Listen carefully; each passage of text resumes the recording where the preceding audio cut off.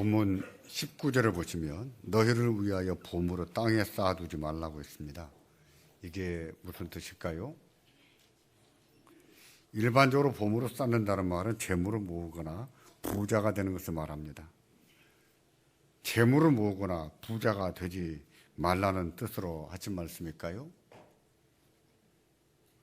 20절을 보시면 오직 너희를 위하여 보물을 하늘에 쌓아두라고 했습니다. 이 말씀은 또 무슨 뜻이겠습니까? 헌금을 많이 하라는 뜻일까요? 예전에는 이 말씀 인용해서 그렇게 가르치기도 했었습니다. 그게 아니더라도 보물을 하늘에 쌓는다고 하니 이것이 헌금을 많이 하라 하는 뜻으로 들리기도 합니다. 그런 뜻일까요? 산상보훈의 구절을 보면 먼저 팔복을 말씀을 합니다. 팔복은 하나님 백성의 성품이에요. 의로운 성품. 물과 성령으로 거듭난 사람들은 어떤 성품을 갖게 되는지, 그 성품이 어떻게 더 열매를 맺는 쪽으로 가야 되는지를 말씀을 합니다. 이어서 하나님 백성이 어떤 존재인가를 말씀을 합니다. 하나님 백성은 빛과 같은 존재이고 소금과 같은 존재라고 말씀을 합니다. 당시 주류를 형성했던 서기관이나 바리새인들은 어둠의 존재였거든요. 하나님 백성은 그런 존재가 아니라는 겁니다. 빛과 같은 존재이고 또 소금과 같은 존재라는 겁니다. 그러면서 그들과 우리가 어떻게 다른지 6가지 대조를 통해서 말씀을 하십니다. 그 6가지는 살인하지 말라, 간음하지 말라, 이혼하지 말라는 계명과 관련되어 있고 또 맹세와 보복과 원수에 대한 계명과 관련되어 있습니다. 이 6가지를 대조해 가면서 그들과 우리가 어떻게 다른가를 예수님이 교훈하신 겁니다. 또 하나님 백성 어떤 존재인가를 말씀을 하시는데 이번에는 3가지 위선을 통해서 증거합니다. 구제, 기도, 금식을 통해서 우리가 저들과 어떻게 다른지 이것을 가르치는데요. 하나님 백성들은 사람에게 보이려고 선을 행하는 자가 아니라는 것입니다. 은밀한 중에 보시는 하나님 앞에서 의롭게 사는 존재이지 사람 앞에서 의를 행하는 존재가 아니라는 것입니다. 하나님 백성은 이런 존재입니다. 그리고 오늘 본문입니다. 본문이 포함되어 있는 19절부터 34절까지는 하나님 백성 일상에 대해서 말씀을 합니다. 하나님 백성들이 어떤 가치를 가지고 살아야 되고 하나님 백성들에도 재물과 염려가 끊임없는 문제가 될 수 있는데 이런 문제에 대해서 어떻게 대응해야 되는가를 말씀하는 것이 19절부터 34절까지입니다.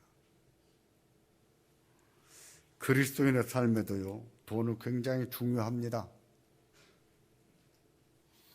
그리고 돈에는 능력이 있습니다. 사람을 미혹하는 능력, 사람의 마음을 점령하는 능력, 사람의 마음을 괴물로 만들어버리는 능력이 있습니다. 그리스도인도 그 돈 때문에 염려할 수 있고 죄를 지을 수 있고 괴물이 될 수도 있는 거예요.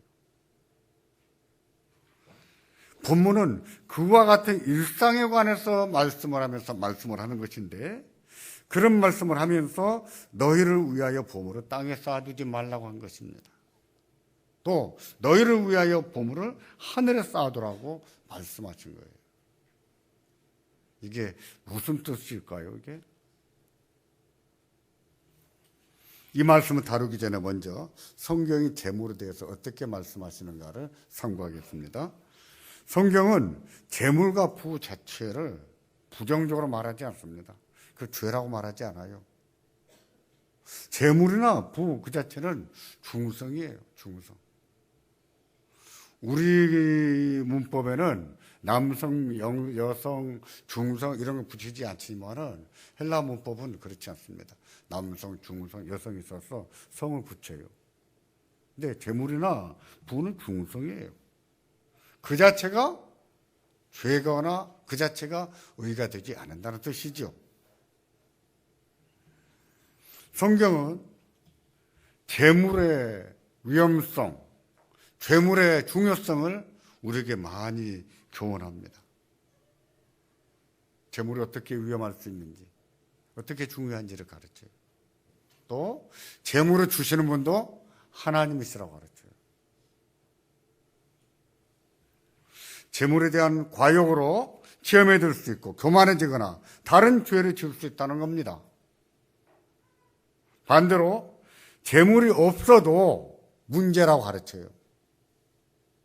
재물이 없으면 사람이 비겁해질 수 있고 비굴해질 수 있고 무시를 당할 수 있다고도 경고합니다.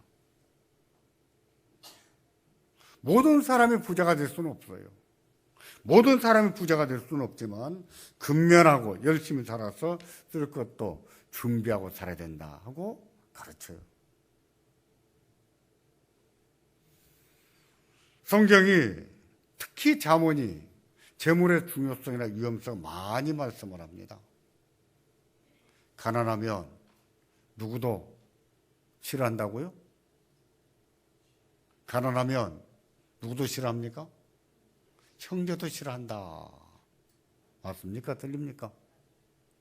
그럴 수 있거든요. 그래서 재물이 중요하다는 거예요.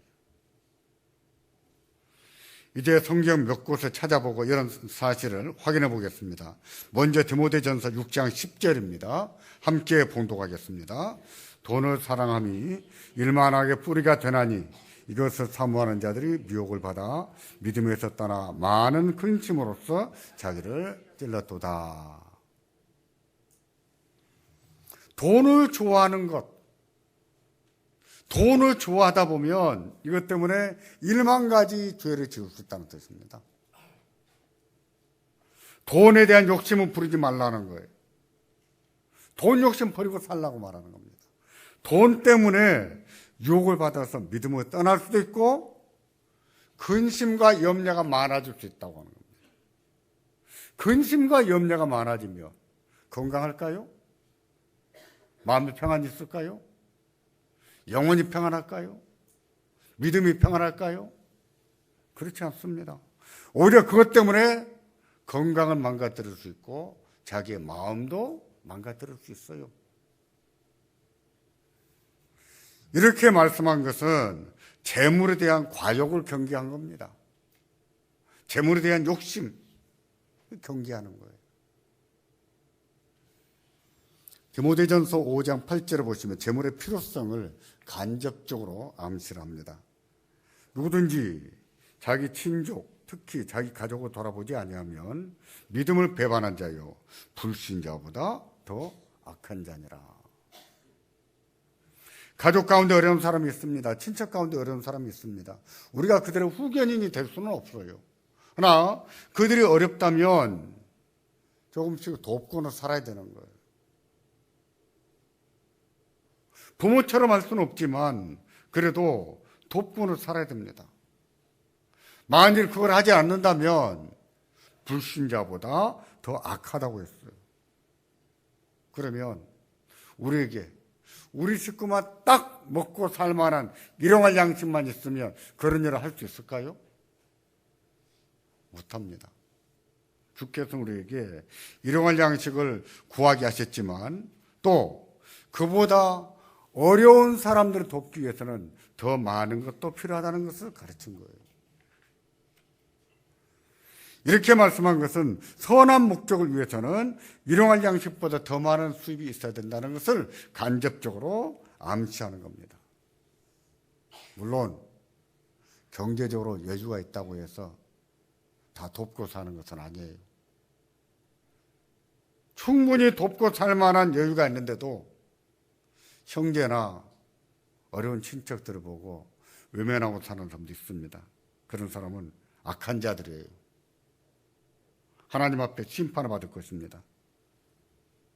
하지만 가난한 친척이나 가족을 돕기 위해서 경제적으로 여유가 있어야 되는 것도 사실이에요. 그러므로 열심히 일해서 비축도 해야 되는 것이죠. 잠언 6장 8절을 보시면 게으른 자들에 대해서 부지런히 일해서 장래 쓸 것을 예비하라고 비축하라고 말씀을 하시는데 함께 보겠습니다.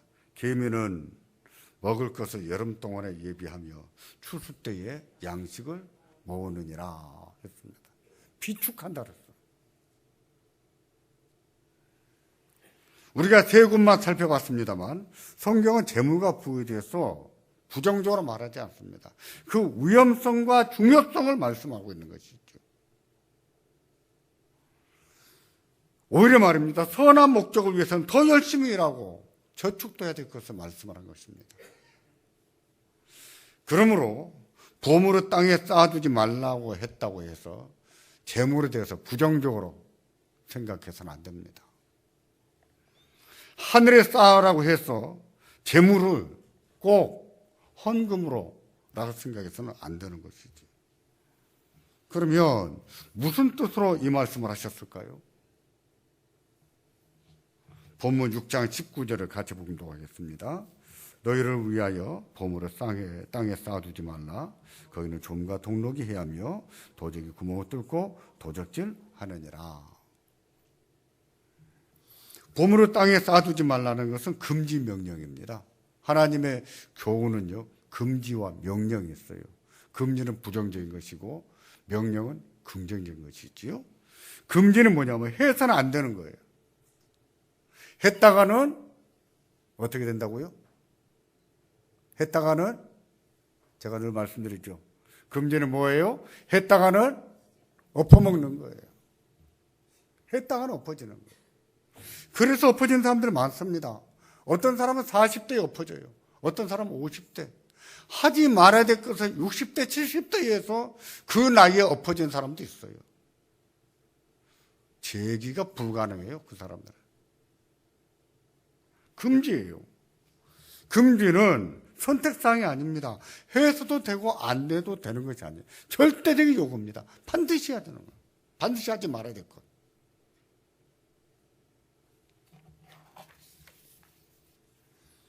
이 말씀은요, 금지 명령이지만 동시에 부정 명령입니다. 부정 명령이라고 하는 것은 재물 자체가 문제가 아니라 그 태도가 문제라는 뜻입니다. 보물을 땅에 쌓아두지 말라는 것은 재물도 재물이지만 재물을 대하는 태도를 문제 삼는 거예요. 태도입니다. 따라서 보물은 단순히 돈이나 황금을 말하지 않습니다. 재물과 또 삶에 대한 전반적인 태도를 말씀하는 거예요. 재물과 삶에 대한 전반적인 태도. 예를 들어 볼까요? 어떤 사람은 돈 욕심은 별로 없습니다. 근데 낚시에 미쳐 살아요. 낚시에. 어떤 사람은 등산에 미쳐서 합니다. 어떤 사람은 자식한테만 목숨을 걸고 살아요. 자식한테만. 어떤 사람은 게임에 미쳐서 합니다. 어떤 사람은 그냥 애완견에 목숨을 걸고 살아요. 그것이 직업이라면 우리가 조금 이해할 수 있어요.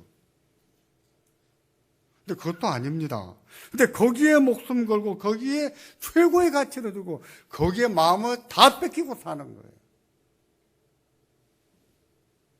이렇게 사는 것을 가르쳐서 보물을 땅에 쌓고 산다라고 말하는 것입니다. 마음의 태도로 문제 삼은 것이지요. 세상에 대한 모든 가치, 소망을 오로지 낚시에 건다든지 오로지 취미 생활에 건다든지 이것을 문제 삼는 것이죠.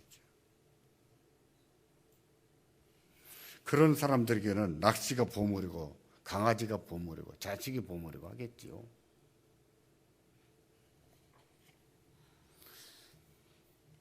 이 말씀은요, 그리스도인으로서 우리가 굉장히 조심해야 될 문제입니다. 그리스도인도 낚시를 할 수 있어요. 등산도 다닐 수 있습니다. 취미 생활을 얼마든지 할 수 있는 거예요. 돈도 마찬가지입니다. 돈도 그리스도인에게 얼마나 중요합니까? 애완견도 길러도 괜찮아요. 그러나 거기에 모든 마음을 뺏기고 거기에 가치를 두고 사는 건 이게 문제인 것이죠. 그게 보물이 돼버리지.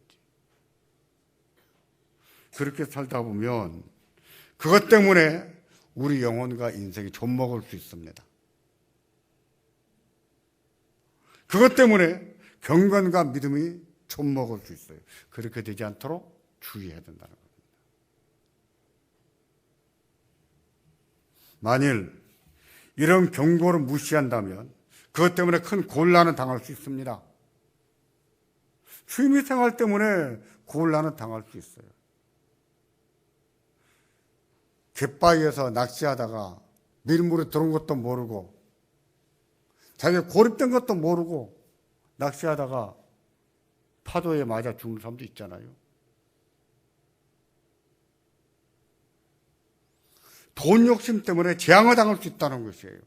도적이 구멍을 뚫고 모든 것을 도적질한다고 했는데 이 말씀이 그런 사실을 강조하는 것입니다. 좀 먹을 수 있다고 했는데 좀은요, 옷을 삭히는 좀이에요. 요즘에 젊은 사람들은 좀이 뭔지 잘 모를 수 있습니다. 예전 옷은 무명으로 만들다 보니까 옷장속에 오래 놔두면 옷이 저절로 사가버렸어요. 이게 좀 먹은 겁니다. 고대에서는요, 좀을 파괴의 상징으로 여겼습니다.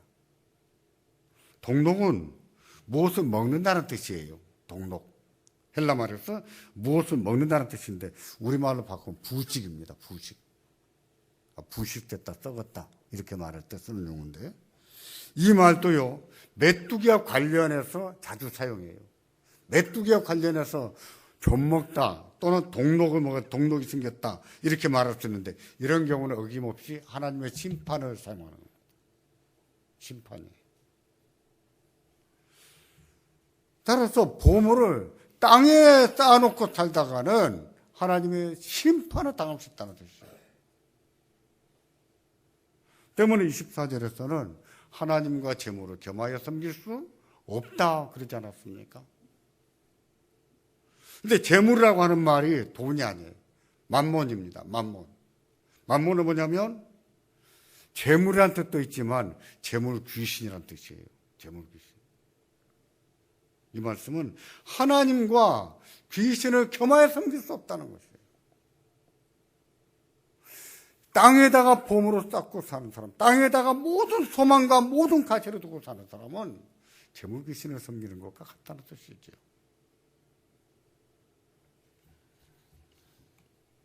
이 말씀에 이어서 6장 20절은 이렇게 말씀을 합니다. 오직 너희를 위하여 보물을 하늘에 쌓아두라.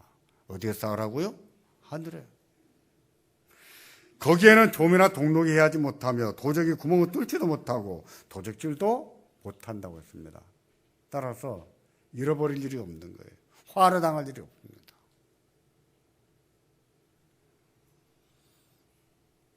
보물을 하늘에 쌓아두라. 이 말은 명령입니다. 하나님 백성이라면 반드시 순종해야 될 명령. 금전은 절대로 하지 말아야 될 거라면 명령은 반드시 해야 되는 거예요. 선택의 여지가 없습니다. 우리 영혼이 잘 되기를 원한다면, 우리 인생이 잘 되기를 원한다면 반드시 순종해야 될 말씀. 이게 명령이에요. 그러면 보물을 하늘에 쌓는 것은 어떻게 하는 것일까요? 이것은 성경에서 여러 가지로 설명 많이 합니다. 자주 설명을 해요. 그 대표적인 말씀 가운데 하나가 디모데전서 6장 17절부터 19절입니다. 6장 17절에 보시면 이렇게 말씀을 합니다. 같이 보겠습니다. 네가 이 세대의 부한 자들을 명하여 마음을 높이지 말고 정함이 없는 재물에 소망을 두지 말고 오직 우리에게 모든 것을 후해 주사 누리게 하시는 하나님께 두며. 부자들에 대한 경고입니다. 여러분 부자갑니까? 부자가 아닙니까? 이런 때는 부자가 아닌 척 해야 되겠죠? 이거 상대적인 문제겠죠. 상대적인, 절대적인 문제. 그렇게 생각하면 안 됩니다. 절대적인 문제. 부한 자들에게 명하여 마음을 높이지 말고 정함이 없는 재물에 소망을 두지 말게 하라고 가르치게 합니다. 재물이 많다고 가난한 자들을 무시하거나 교만하게 굴지 말라는 뜻이에요. 사람이 그럴 수 있거든요. 재물이 많아지면 교만해질 수 있어요. 자꾸 겸손이 없어질 수 있습니다. 아닌 것 같은데 자꾸 겸손이 없어지고 자꾸 교만해질 수 있어요. 뿐만 아니라 이런 사람들은 최고의 가치를 오로지 무엇에다 걸어요? 돈에다 겁니다. 세상에 제일 좋은 것이 무엇입니까? 돈. 세상의 능력이 무엇입니까? 돈. 이 사람들은 돈 사람들이에요. 돈에 최고의 가치를 두고 소망을 두고 사는데 그렇게 사는 것은 땅의 재물을 쌓고 사는 거예요. 그들에게 그렇게 살지 말도록 가르치라는 겁니다. 그럼 어떻게 되는가? 라고 했을 때 소망을 하나님께 두고 살게 하라고 했어요. 재물을 하늘에 쌓는다고 했을 때 기본은 이겁니다. 마음을 누구한테 두고 살아요? 하나님께 두고 사는 거예요. 마음을 하나님께 두고 사는 사람이 재물을, 보물을 하늘에 쌓고 사는 것입니다. 최고의 가치, 자기의 소망, 자기 능력을 하나님으로 삼고 사는 것이죠. 18절에 보십시오. 보물을 하늘에 쌓는 것이 무엇인지 더 자세하게 설명을 합니다. 같이 봉독하겠습니다. 선한 일에 행하고 선한 사업에 부하고 나눠주기를 좋아하며 동정하는 자가 되게 하라.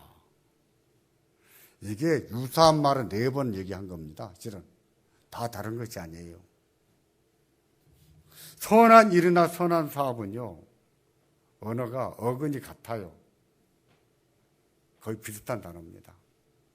반복한 것이지요. 강조 의미가 있는 겁니다. 당시의 선한 일은 주로 뭐였냐면 뭐였을까요? 가난한 자를 돕는 거나 나그네를 도와주는 것을 말해요. 여기서 말하는 나그네는 복음을 전하는 자들을 말합니다. 그런 자들을 돕는 것을 가리켜서 선한 일을 행하고 선한 사업을 하고 라고 말씀한 거예요. 나눠주기를 좋아하며 동정하기를 좋아하라. 이 말은 넉넉히란 뜻이 있습니다. 넉넉히. 인색하게 돕지 말고 좀 넉넉하게 도와주라는 뜻이죠. 그렇게 함으로 인해서 우리는 재물을 어디에 쌓고 사는 걸까요? 하늘에 쌓고 사는 거예요. 하늘에. 그런 가치를 두고 사는 사람들은 하나님의 위로가 있습니다. 땅에 사는 동안도 하나님의 위로가 있고 죽을 때도 하나님의 위로가 있어요. 하나님의 위로가 많아요. 우리에게는 하나님의 위로가 많아야 됩니다. 풍성해야 돼요. 왜냐하면 인생에게는 아픔도 있고 슬픔도 있고 고난도 있고 억울함도 많이 있거든요. 그런 아픔과 슬픔 어떻게 다 이겨내겠습니까? 하나님의 위로가 있어야 돼요. 하나님의 위로가 있을 때에 그런 아픔도 슬픔도 이길만한 거예요. 그런데 이런 위로가 누구한테 많다고요? 누구에게? 보물을 하늘에 쌓고 사는 사람들에게 많다는 겁니다. 보십시오. 19절에 그래서 이렇게 말씀을 합니다. 이것이 앞에서 말씀한 보물을 하늘에 쌓는 것을 말합니다. 이것이 장래의 자기를 위하여 좋은 터를 쌓아 참된 생명을 취하는 것이니라 그랬어요. 그렇게 사는 것이 자기를 위해서 장래에 좋은 터를 준비하고 사는 것이다 하는 뜻이에요. 좋은 터가 뭐겠습니까? 참된 생명이 뭐겠습니까? 참된 생명은 지금 가지고 있는 이 목숨이 아니에요. 영원한 생명을 말합니다. 하나님 백성들은 이렇게 사는 존재이지 보물을 땅에 쌓고 사는 존재가 아니라는 뜻이에요.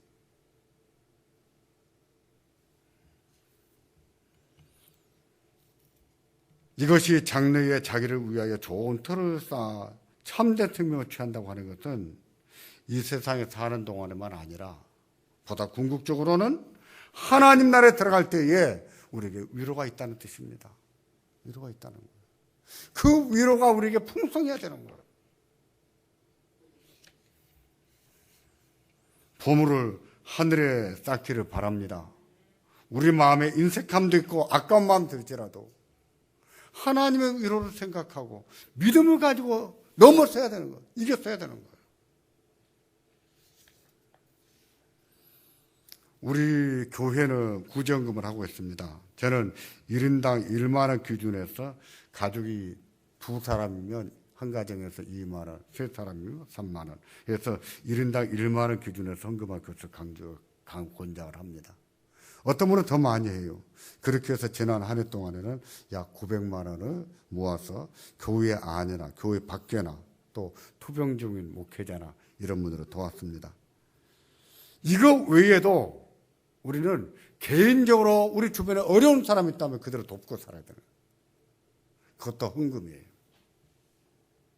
예배당에 와서 예배 시간에 하나님 앞에 드리는 것만 헌금이 아닙니다. 우리의 일상에서 가난한 이웃들을 돕고 사는 그것도 하나님 앞에 드리는 헌금이에요. 이런 사실을 예배 모범이 가르치고 있습니다. 그러므로 우리는 예배 때에 어려운 이웃들을 돕기 위해서도 헌금을 해야 되겠지만 우리가 살아가면서 만나게 되는 어려운 사람들 그들도 좀 넉넉히 돕고 살아야 됩니다. 그분들에게 하나님의 위로가 넘칠 것을 믿으시기 바랍니다. 여러분의 가슴이, 여러분의 심령이 풍요로워질 거예요. 하나님의 은혜가 여러분에게 임하는 느낄 수 있습니다.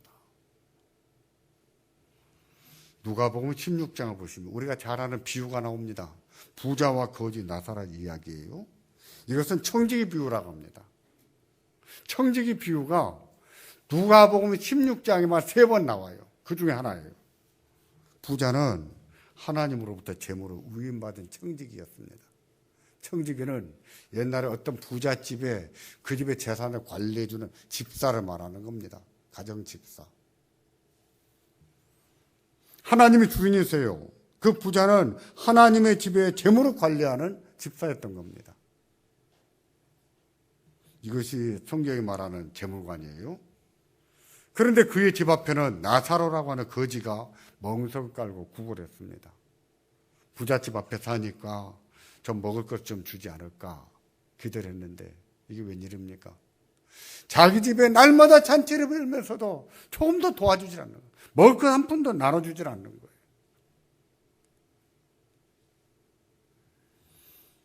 그러다가 나사로가 죽었습니다. 병들어 죽었습니다. 그런데 하나님 말씀 보면 거지 나사로가 죽었을 때 하나님이 천사를 보내셨거든요. 천사를 보내서 그 나사로의 영혼을 두 손으로 받들어서 모시고 올라갔다고 기록하고 있어요. 하나님이 나사로를 위로하신 것이죠. 천사를 보내서 사는 동안에는 비참하게 살았지만 죽을 때 위로하신 겁니다. 그를 천사를 보내서 받들어서 올라가게 하신 거예요. 하지만 부자는 아니었어요. 부자는 지옥으로 떨어졌습니다. 그러다가 어느 날 보니까 아브라함이 보이는데 아브라함의 품에 나사로가 있는 겁니다.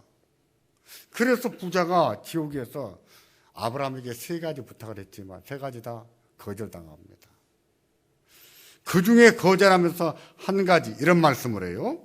누가복음 16장 25절입니다. 예, 너는 살았을 때 내 좋은 것을 받았고 나사로는 고난을 받았으니 이것을 기억해라. 이제 저는 여기서 위로를 받고 너는 고민을 받느니라. 고민은 고통을 말해요. 너는 거기서 고통받느니라. 너 세상에 살면서 내가 준 것으로 혼자 잘 먹고 잘 살았지? 너 좋은 거 많이 가지고 살았지?